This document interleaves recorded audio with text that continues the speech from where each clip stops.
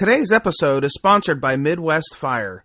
For more than 20 years, Midwest Fire has been manufacturing high-quality tankers, tanker pumpers, and fire rescue vehicles in the United States and Canada. Keeping firefighters safe while enhancing their capabilities is what they do best. To learn more, go to MidwestFire.com. We can dance, everybody look at your hands. We can dance, everybody's taking the chance. Safe to dance, oh it's safe to dance. Yes, it's safe to dance.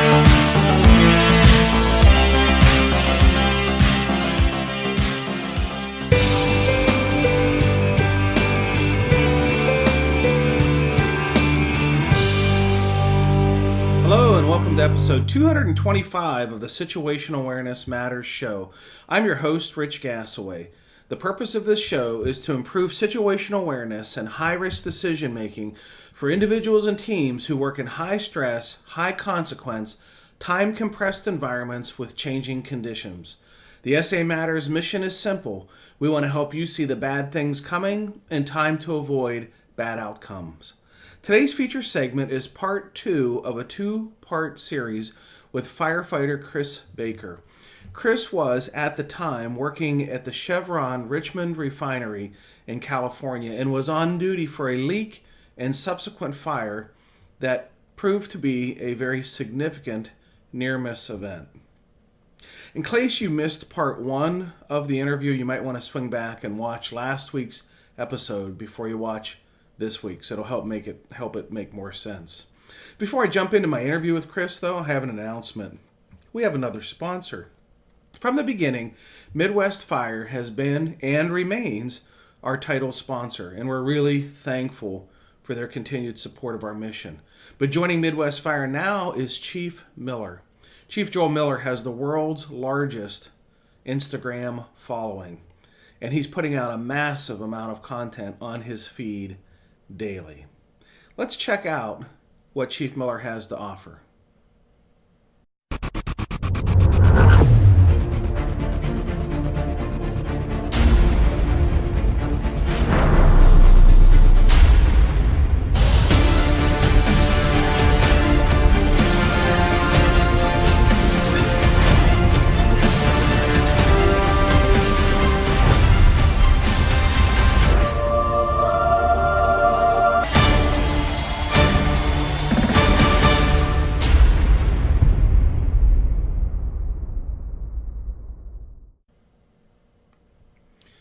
I'm so excited to have Chief Miller on board as a sponsor of the SA Matters show. Head over to Instagram and follow Chief_Miller. All right, if you're new to the show, stick around after the feature segment and I'll share more with you about the mission, how you can attend or host a program, and how to get connected with me on our social media channels. All right, let's jump into our feature segment, part 2 of my interview with firefighter Chris Baker. And anytime that you're working with pressurized gas or flammable liquid, your goal isn't really to put out the initial fire. Your goal is to keep it in check.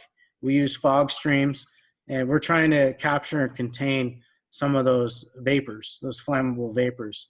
So the 2 firefighters came down the scaffolding, and then basically from that point, that's when we really had an incident within an incident. That was the first time that I saw actual fire on that incident. Okay. And was that able to be put into check pretty quick, or did it just escalate from there? From there, we're probably right around, I would probably, the time period was probably, maybe a half an hour, 45 minutes from that time period. We were able to keep that fire. We were able to capture and control it. We were able to get the firefighters to safety from there. And then from that time period, from that standpoint, that's basically when we had the release.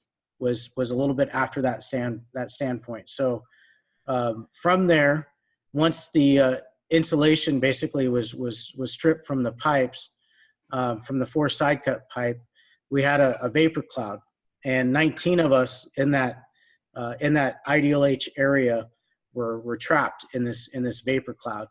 So from the nozzle standpoint, I felt this huge heat. One of my fellow brigade members, his helmet was completely knocked off. Your first inclination is to take your equipment off. Like literally my gear, my gloves, my helmet, my structure jacket, my mask, everything was just incredibly hot. And so I remember kind of like the shock factor. You can't see. It's really high pressurized steam, and the sounds, literally the valves breaking, the vent fan decks breaking. Literally, you have a whole plant that's just basically with pressure and with heat. Things are going to relief. We have different reliefs that are set up, flares that are set up. The flares started lighting off, and I reverted back to my base training. I followed the hose line back to the foam pumper, and I got to foam 60, and literally within about 120 seconds, about 2 minutes, that vapor cloud ignited. So that vapor cloud found a source of ignition, and from there, it was the most fire I've ever seen in my life. And if you know the size of like C1100, the atmospheric column in Fort Crude, literally a ball of fire that went 100 feet into the air, and the radiant heat that came off of that plant, literally, it's the most heat I've ever felt in my life. So from that time period, we were able to evacuate to the road, and accountability was kind of questionable. We didn't really have accountability of all the 19 people that were there, so we were just trying to get accountability, trying to find everybody. And literally at that point, you're trying to hit the reset button. You're literally in shock, and I really didn't know really what happened. Obviously we have fire, we have basically a catastrophic situation. And my first inclination was, is everybody safe? Is everybody accounted for? Where is everybody? And so how did all of you get out of that area? I assume were no fatalities? There's no fatalities. Very thankful and very lucky. We talk about luck. I've heard about it in your show, and I know what luck is. Very fortunate. Several of us got burned. Several people that were on my hose line got burned, and obviously equipment. It was so forceful, the pressure, that it knocked somebody's helmet completely off. We lost accountability. Our engineer, if you watch from the video, he was inside foam 60 during the incident, and he literally thought everybody died. He literally couldn't see anybody, and foam 60 burned up. $1 million specialized E1 foam pumper burned up in this process. And I remember seeing the engineer come out. I took his SCBA off when he got out of the hot zone, and literally his gear was so hot. Even with my structural gloves on, it literally burned my hands because how hot his gear was. So he was pretty much in shock. We took his gear off, and we always want to make sure that everybody's safe. We want to make sure everybody's okay. And that was my first reaction was, where is everybody? Is everybody safe? Is everybody accounted for? Is anybody banged up? Because I'm also an EMT. So part of the refinery, our job is to respond to people that have been burned, from steam burns and vapor burns and et cetera. So that was my first inclination was we got to a road, we got out of the hot zone, and we got into an IDLH, out of the IDLH area to where we can reassess and make sure everybody was okay. Now, what about all the civilian, plant employees that were in that area? I assume they were not. I know they wear fire resistive jumpsuits, but they obviously were not protected as you guys would be protected. Did did they get burned, or were they back far enough that they didn't get caught up in the fireball? So in an incident like that, everybody that has structural firefighting gear and is part of the brigade or part of the fire department, we're all in the IDLH area. And then all the operators, the head operators, the incident commander, all of them are at a command post. So all of them are out of the hot zone per se. So correct, they wear Nomex. They wear Nomex jumpsuits. They have a hearing protection. They have a H2S sensor that they have to wear, hard hats, eye protection, steel-toed boots. So all those things. So they were all wearing their normal PPE that they would wear in those plants, but they were all out of the hazard area at that time when it released. So once I assume you crawled your way out of that area? Yeah. So my first inclination was I didn't know like geography.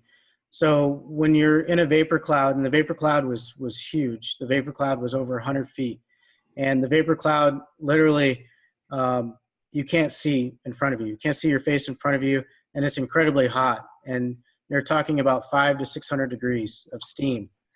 And that 4 side cut line operates at over 600 degrees. And I'm not sure exactly what the pressure was of that line.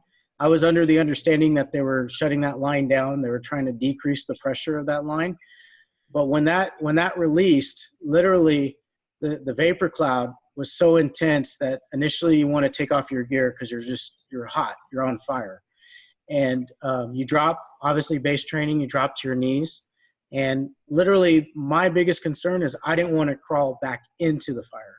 So I wanted to make sure that I was crawling away from the actual incident because the sounds, horrific sounds, valves breaking, nuts and bolts coming apart, fan decks getting ready to fall. Like literally it sounds like a train wreck. The sounds, the high-pitched sounds and the things that are flying, and literally finding the hose line and finding, bump to the pump, just finding the lugs and just making sure, okay, I remember in my mind just thinking, I hope I'm going back to the engine. I hope I'm going out of the incident, because my fear was I didn't want to go into where the actual leak was. Now, you said steam, but it really isn't steam. It was like vaporized diesel fuel? At the time, I really didn't know what it was. I didn't know, there's obviously a lot of steam lines. There's a lot of pressure lines. There's a lot of, in the refinery, there's redundancies. So if we have power failures, we have backup steam boilers. We have furnaces. That plant, there's a lot of complex things to that plant. So initially, I didn't know if it was steam or a vapor cloud. It was just a white cloud, and it was incredibly hot. Mm-hmm. And so in my mind, I'm just thinking, okay, my first initial reaction was this has got to be some sort of, a combination of vapor and steam. Okay. And what did it end up being? It was a vapor. It was a vapor cloud. And, I teach to my students about the upper explosive limit, the lower explosive limit, fuel mixtures, flash points. And literally that incident was a hard lesson in chemistry and learning, how complex certain compounds are. And all that vapor needed was just an ignition point. And I believe it's in the report, and I could be mistaken, but I believe it was an actual electrical conduit light fixture that was that they were able to look through in the investigation and find out that was the initial point where it got ignition. And once it hit that right mixture, that's when it ignited. And again, it was 120 seconds, literally 2 minutes. And the reason why we know this is because it's all captured on video. Mm-hmm. So the video actually shows the release, and the video actually shows the point of ignition. So in 120 seconds, literally that vapor cloud reached that right ignition temperature, and that's when it combusted. Okay, so once you follow the hose line back to the truck, do you stay at the truck, or do you keep going from there out further? No, the truck was literally hot, engulfed in fire. There was nobody inside the foam 60 inside the truck. Nobody was really there. And there's a road that you go out to get to that plant. And literally that's where everybody was heading, in that direction. So once you had visibility, once you could see, once you can stand up and there's no more heat, all of us were trying to get to basically where the incident command post was, to be able to get out of that hazard zone. Okay, so you get out, your gear's hot, you take your gear off, yes? Initially, I wanted to take my gear off because it was just so hot. And I just remembered I can't take my gear off. I can't, like, literally you're kind of the parasympathetic and the sympathetic in your mind. You want to strip your gear, but you're like so hot that literally my helmet was too hot to take off. Like literally my gear was just too hot. And I remember our engineer came out who was inside foam 60, and his gear was so hot that I literally, when I took his SCBA off, it was burning my hands through my gloves. And literally the gear was just so hot that you couldn't really take it off. Now, when he come out of foam 60 and got away from the truck, was he wearing an SCBA, and was he on air? So all of us in the IDLH area, all of us that were in that area, we were full PPE. We were on air, and we were technically in the hazard zone. So all of us were equipped to be in that hazard zone. And if not on air, it'd have killed you. Yeah, those were superheated gases, and I can't even imagine, I can't even imagine what that air temperature would have been, and obviously what we know as far as our respiratory and our breathing in those superheated gases. Yeah, I mean, if we weren't on air, we probably wouldn't be here. All right, so you get to a safe place, you turn around and you look back at from where you came. What are you thinking? I mean, literally shock, and like worst case scenario, like literally you train for this. Like we go to Texas, we spend 2 weeks in Texas. We do a very complex training at TEACS, one of the largest fire schools in the country. We go through 1081 training and fire brigade training, and our amount of training, I would probably guess Chevron probably invested over $25,000 into me in my initial academy, just in getting all this specialized training. But there's no way you could prepare for an incident like this. Like literally, I'm sitting there like at the road, just looking at the column, looking at the fireball, and I'm just in shock. Like literally, like I really don't know what to know. And all of us were pretty much just awestruck that this, that this escalated so quickly. Within about 2 hours, we went from a 44 drips per minute diesel leak to worst case scenario catastrophe. So I assume that then triggered a call for a lot of additional resources to the scene. Oh yeah, I mean the world. We pretty much called the world, and my good friend, mentor, fellow firefighter was the dispatcher, and you can listen to the dispatch, you can listen to the recordings, and obviously his stress level increased, and literally you're making so many notifications. And working in dispatch, I really have a greater appreciation of all the notifications you have to make. You have to make notifications to the Bay Area Quality Management District. You have to make notifications to the National Response Center. You have to make notifications to the Coast Guard. You have to make notifications to state lands. You have to make notifications to PMAL, Petrochemical Mutual Aid Organization. So you're talking a series of dispatches, a series of phone calls, and you're literally any apparatus that has foam capabilities, proper training, firefighters that have gone through that same training. Literally you're calling in Contra Costa County Fire, the City of Richmond Fire, Pinole Fire Department, Rodeo Hercules Fire Department, El Cerrito Fire Department, Crockett Carquinez Fire Department. We had vegetation fires near our flares. So we had all of our flares were going. So we had series of vegetation fires. So you're also calling in CAL FIRE for those vegetation, those wildland fires. So literally You're calling in the world.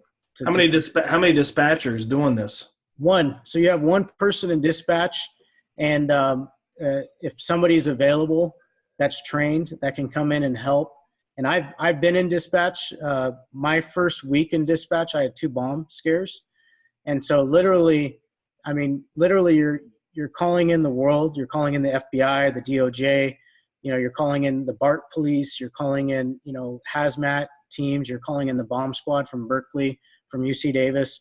Like literally, if you want to talk about stress level, try being a dispatcher during an incident like this. Oh, I can't even imagine. I was thinking 3 dispatchers would be overwhelmed. I can't even imagine what it would be like for one. So as you reflect on this, and I know you have probably reflected on this many times and learned a great deal from this incident, share some of those lessons that you learned that you would want others to know, but you don't want them to go through what you went through to learn your lessons. So share those lessons, because you really went to hell and back, and you got an amazing story, but I got to believe there's some amazing lessons attached too. Well, again, Dr. Gasaway, just thank you for this opportunity to share this. And again, that's the first time I've shared it publicly. So I hope, the listeners that are out there in the audience, I hope they can take this information and learn about it. And it doesn't matter if you work in a refinery, if you work on a volunteer department, if you work for a wildland department or a structural fire department. When we have an incident like this, no matter what your response area is, you're going. So literally, you kind of have to respect flammable liquids and pressurized gases. You have to respect refineries. You have to respect chemical processing units like General Chemical and Dow Chemical, and all of us probably in the fire service. We probably have these high risk occupancies in our response areas. So learn about those high risk occupancies in your response areas. Train with them.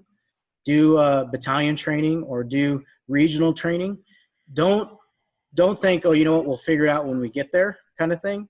We need to really prepare for these kind of incidences, because it's not if they're going to happen, it's when they're going to happen. So to play the tape kind of through, after that incident, got kicked in the teeth, like literally, we all got our butts kicked. Like literally, we were buggy whipped because we were tired. Again, I'd been up since about 2:30, 3 o'clock that morning. And so Mondays are our busy days. I generate probably 30 permits within a 3-hour time period. So by 4:30, by 5 o'clock in the afternoon, you're dog tired. And literally, when I went through the fire academy, I learned my breaking point. Literally, we go through fire academies, and now as an instructor, I kind of have an appreciation for it. But we break students. We kind of show them, what their breaking point is. We show them, physically and mentally. When you get to that level, when you're tired, you kind of know when to kick it to the next gear. And we got our butts kicked after that. But you know what? We were there. We all agreed to be there. A lot of us were on overtime. And initially, all fires go out. That fire took 4 days to go out. But we all had a job to do. And our goal is to protect the community. Our goal is to protect the civilians. Our goal is to protect the refinery workers.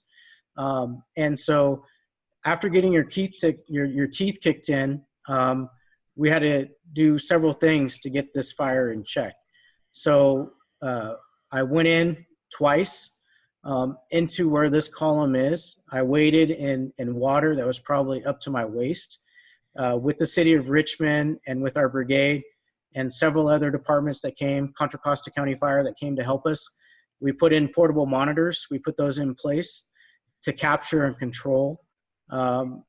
Very complex. I think it was at one point 18,000 gallons per minute were being flowed on this plant, on this fire.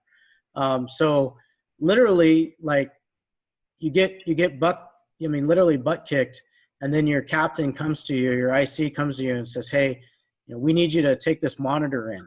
We need you to take this 6-inch hose and we need you to stage this monitor inside where the dragon is, where the fire is. And so literally putting 2 monitors in place and doing that, you're lethargic, you're dehydrated, your dendrites aren't firing, but literally you revert back to your base training, and you want to be useful because you have all this specialized training. And I remember at about 11:30 that night, we actually got relieved. So literally 11:30, we got cleared to be able to leave. My turnouts were covered in diesel. My turnouts were completely destroyed. I remember a couple of our brigade people were burned. So as an EMT, taking them to our clinic to get checked out with our nurse to make sure that they were, their burns were taken care of. And literally, I remember leaving the refinery about midnight. And I have to share the most impactful thing that my battalion chief did was called me when I got home. So I remember my battalion chief calling me and just said, "Hey, Bake, just want to make sure you got home." So for those officers and chief officers that are out there listening, when you've gone through an incident like this, check on your people.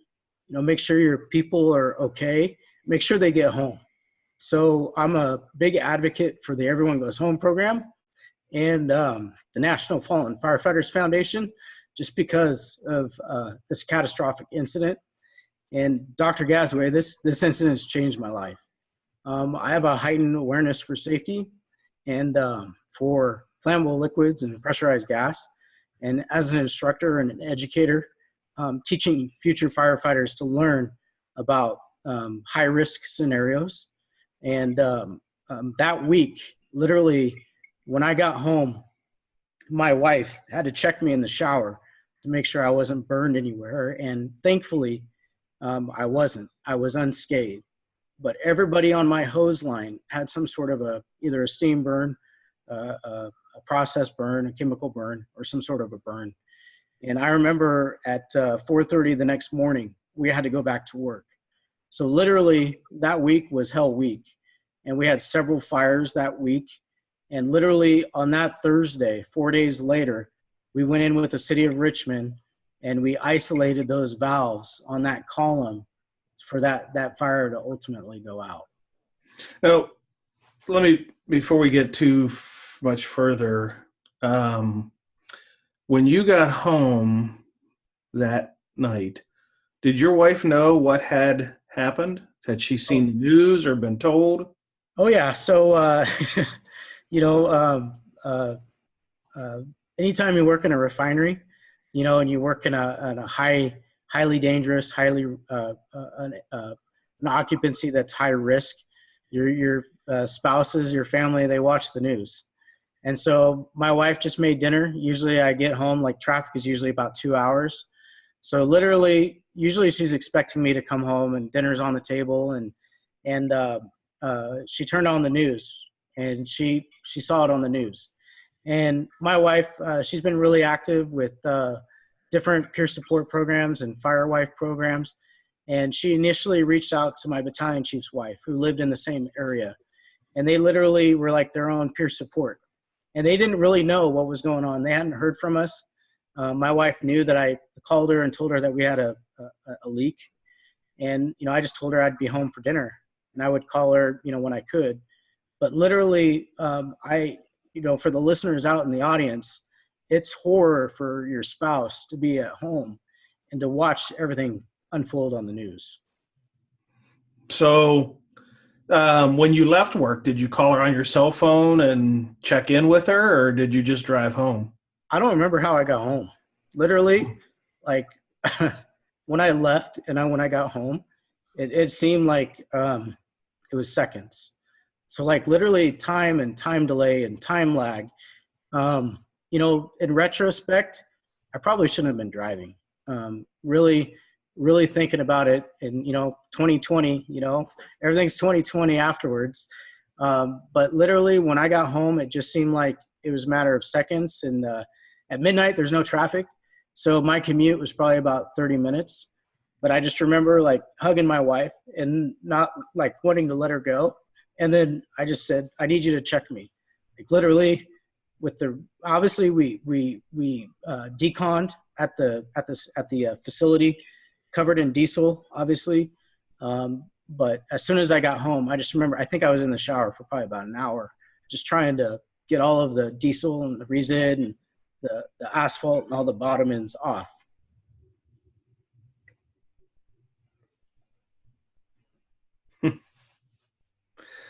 So what'd your wife have to say to you? She was just speechless. I was in shock. She was in shock. And literally, she was just horrified, just really, really horrified. So, the importance of family and, your spouse and your loved ones, just like if you never get a chance to see them again, like literally, that's kind of what that moment felt like, was like, this is a gift. Like we were really lucky. Like this was a really horrific incident, but like, I'm really glad to see you. Mm-hmm. And so when you got home that night, how long were you home before you had to go back to work? So my schedule on day shift is literally you wake up at 3 a.m.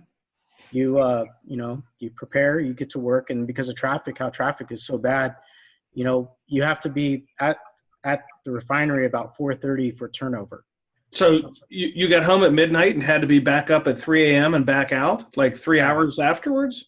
So again, talking about the parasympathetic and the sympathetic system and that the flight or fright, literally just shock. And you have this ownership, you have this accountability. And I was on B shift, and B shift is that week. And, you have to go back to work. And, that week was horrific. We had several different fires in that plant and in the evaporation coolers, and being on a truck and being on a ladder truck and being an engineer and operating, and there was a whole process that you had to go through. All of our gear had to be cleaned, all of our hose. The city of Richmond, they needed new hose.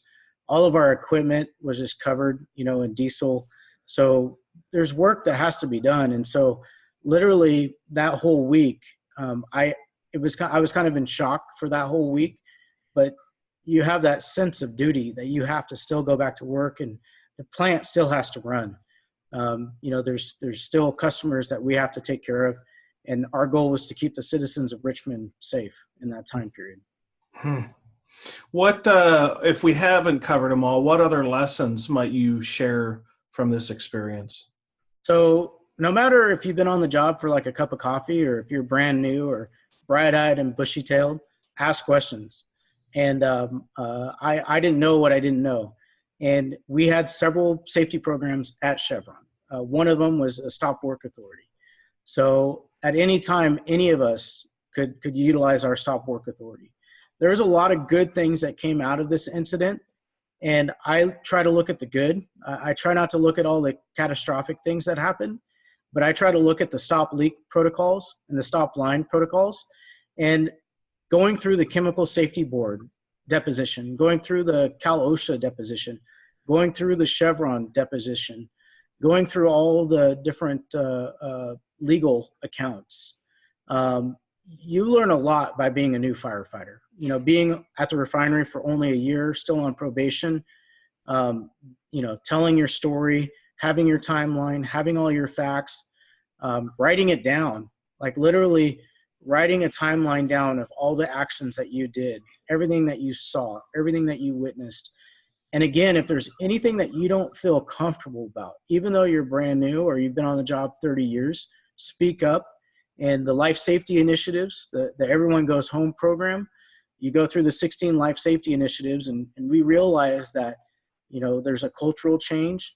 We realize that everybody has a voice.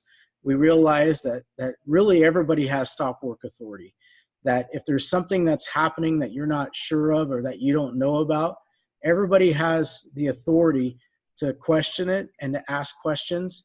And again, if there's something that you don't feel comfortable about, speak up and ask your senior company officers, your captain, your battalion chief, all of us volunteered, where a lot of us were on overtime, and we all wanted to be there because it was that sense of duty and that ownership. But, you have to know that in a refinery with pressurized gas, with flammable liquids, with things that are operating at 3,000 PSI, hydrogen, things that are operating at 600 degrees as far as temperature, but there's a lot of risk and there's a lot of hazards associated with those occupancies. Now, are you still there, Chris, or did you move on? So from there, I left and I became a structural firefighter. I had the opportunity to lateral to another department, and everything that I learned from that facility, I took with me into my career. And any of those structural fire departments in that area, they all respond to those 6 refineries. So it's valuable information to know when it comes to hazmat, being on a hazmat team, confined space rescues, the complexities of the high angle rescues that they do there. Again, some of these workers, some of these firefighters are the most talented firefighters that I've ever worked with when it comes to rescue situations. They compete around the world on competitive rescue teams, for example. So all of that training, all of that information, it's all applicable to not only refinery work, but also to structural work as well. Yeah, true. Anything you want to add in closing, and we'll wrap it up? Yeah. In closing, with PTSD and peer support, and anybody that's gone through a catastrophic incident, get help. So there's help that's available. There's peer support groups. Tell your story. Make sure you have a network. You have other mentors and you have other people that you can rely on and that you can call. For your spouses too. This incident really strengthened my marriage. So my wife, she was, when I had to go back to the refinery, she almost didn't want to let me go. But I had to share with her, like, this is my job. This is what we have to do. So get peer support, but not only for yourself, but also for your families. And there's not a day that goes by that I don't remember this incident or, nightmares or terrors, the sounds, the sights, things that you witness. And so now I really have a greater appreciation for those that have survived these kind of incidents and for those family members that have lost a loved one to one of these kind of incidents, because you can relate. Yeah. Wow, Chris, what a story. And thank you so much for the courage to share it, especially as you say you haven't talked openly or publicly much about the incident. The details and the viewers will get to watch or will have, by the time we get to this point in the interview, will have watched the video as well. And truly, say luck, I would say that you all had to have a guardian angel watching out for you when you see what you were engulfed in, and that all of you could come out of that relatively unscathed with a few burns, but to not have any fatalities was absolutely truly a miracle. And I want to thank you so much for giving your time and your experience to this podcast, video cast, vlog, and I don't even know what to call it now. I am so honored that you would share that story and those lessons with our subscribers. Well, thank you for this opportunity, and I'm a fan of your show, and I love your show, and I listen to it in my commute. So with that 2-hour commute, it's perfect to listen to your show. And you discuss several things and layers and the different dominoes. And luck just happens to be one of those dominoes and one of those layers. And you can't quantify luck. You can't. It's not a data or a statistic. It's not something that you can measure. But literally, that incident, 19 of us were very lucky. And I really, really do hope that the listeners in the audience and for our followers and your followers and my students, hopefully they never have to go through an experience like that again. Yeah, I would hope not, because I can't imagine that it would not leave a lifetime of impression upon you. Yeah, definitely. And I was recently out in Quincy, and we had a regional advocate workshop for the Everyone Goes Home program. And I was had the opportunity to listen to the Phoenix Burn Society for burn survivors, and some of the survivors from like the Station nightclub fire in Rhode Island, and some of the children that had been burned at a little age. They shared with me that it wasn't the worst thing that happened to them. That was literally the best thing that ever happened to them. So this incident really was the best thing that ever happened to me, because it really showed that, this is something I'm very passionate about. So not only being lucky, but being fortunate to be able to share and to be able to help others. Wow. Well, thank you, Chris. Well, thank you, Dr. Gasaway. I appreciate your time. Thank you, Chris, for sharing your near-miss story and the lessons that you learned. We very much appreciate your sharing it with our community of learners. Since 2007, the SA Matters instructors have delivered programs to over 1,200 organizations and presented to more than 65,000 individuals, helping them improve high-risk decision-making. This includes first responders, industrial workers, military personnel, business leaders, medical professionals, utility workers, highway workers, aviation workers, refinery operators, and more.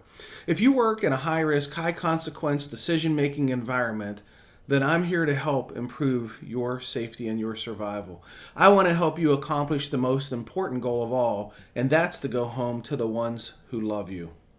I'd like to take a moment to thank and honor those companies, organizations, agencies, and departments that have hosted recent Situational Awareness Matters training for their team.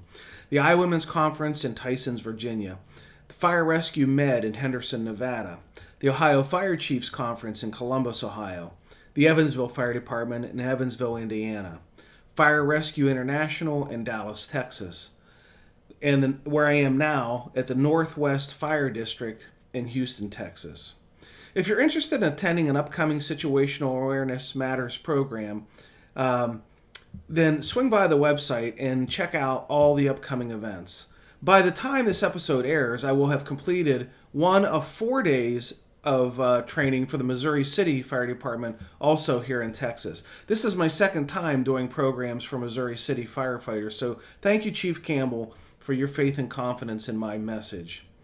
So on August 22 through 25, we'll be at Pearl Harbor Naval Shipyard in Honolulu, Hawaii.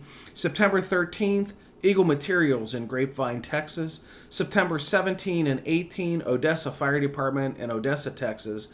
September 22, the Columbia Shuswap Regional District in British Columbia, Canada. September 24 to 27, Portsmouth Naval Shipyard in Portsmouth, New Hampshire. September 29th, the Badger Firefighters Association in West Bend, Wisconsin.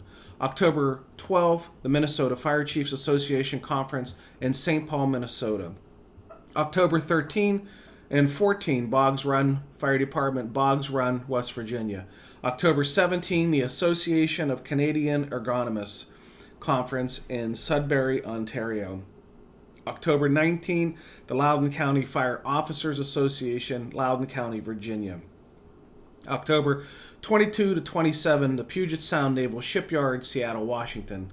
October 28, Clearwater Regional Fire Services, Alberta, Canada. And then back to the Puget Sound Naval Shipyard, October 29 through November 1. To see the location of all the upcoming Situational Awareness Matters stops, head over to the SA Matters website, click on the blue box on the right side labeled Live Training Dates. If you're interested in hosting a program, just click on the Contact Us tab on the front of the SA Matters homepage, and I'll give you a call. If you want to get connected with us and be part of our community of learners, just check the show notes for how you can get connected through our newsletter membership, our podcast subscribers, and how to follow us on Facebook, Twitter, LinkedIn, and Instagram. There we share ideas about how to improve situational awareness, how to make better decisions under stress, and how to improve skills of critical thinking and resilient problem solving. Well, that's it. Episode 225 of the SA Matters show is complete. Thank you to our awesome sponsors, Midwest Fire and Chief Miller. Thank you to all the companies, agencies, organizations, and departments that have hosted live Situational Awareness Matters training programs. Thank you to all the organizations that have hosted the virtual internet-based training programs. And thank you to the more than 2,000 students and graduates of the highly acclaimed Situational Awareness Matters Online Academy. And most importantly, thank you, the listeners and viewers of this show, for sharing some of your valuable time with me today. I really appreciate your support of the SA Matters mission. Be safe out there, and may the peace of the Lord and strong situational awareness be with you always. You've been listening to the Situational Awareness Matters radio show with Dr. Richard B. Gassaway. If you are interested in learning more about situational awareness, human factors, and decision-making under stress, visit samatters.com. If you are interested in booking Dr. Gassaway for an upcoming event, visit his personal website at richgassaway.com.